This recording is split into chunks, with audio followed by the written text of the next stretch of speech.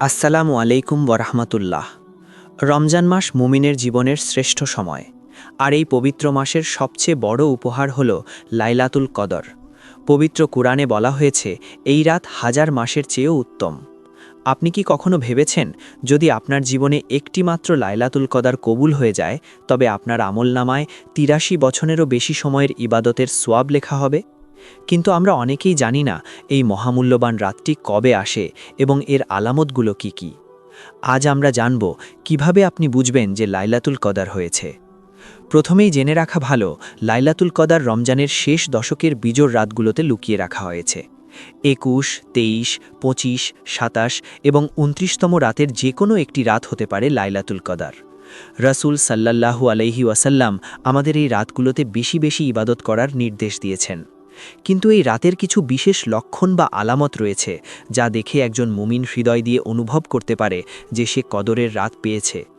প্রথম আলামতটি হল, এই রাতটি হবে অত্যন্ত শান্ত, স্নিগ্ধ এবং মনোরম। এই রাতে না থাকবে প্রচণ্ড গরম, না থাকবে কনকনে শীত। আবহাওয়া হবে একেবারে ভারসাম্যপূর্ণ। চারপাশের পরিবেশের মধ্যে এক অদ্ভুত প্রশান্তি বিরাজ করবে, যা অন্য কোনো রাতে সাধারণত অনুভব করা যায় না। মুমিনের অন্তর এই রাতে ইবাদত করে অন্যরকম এক তৃপ্তি পাবে। আপনার ভেতর আল্লাহর ভয় এবং ভালোবাসা এমনভাবে জাগ্রত হবে যে আপনি একনিষ্ঠ চিত্তে কেবল তারই দিকে রুজু হবেন।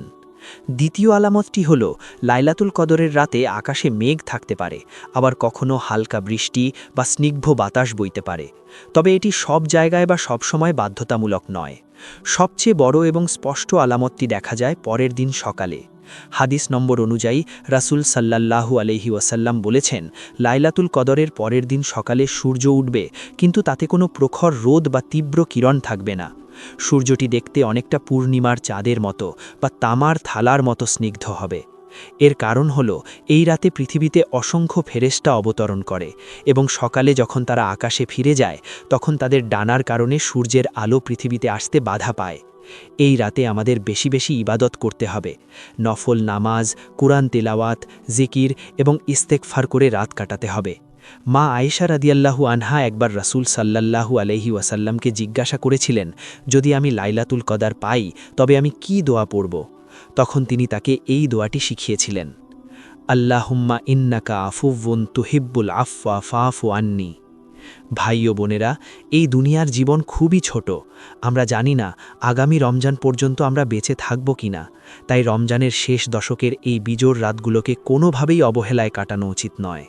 দুনিয়ার সব কাজ একপাশে রেখে, মোবাইল ফোন দূরে সরিয়ে রেখে, আসুন আমরা একনিষ্ঠভাবে আমাদের রবের কাছে ক্ষমা চাই, চোখের পানি ফেলে নিজের গুনাহের জন্য তওবা করি।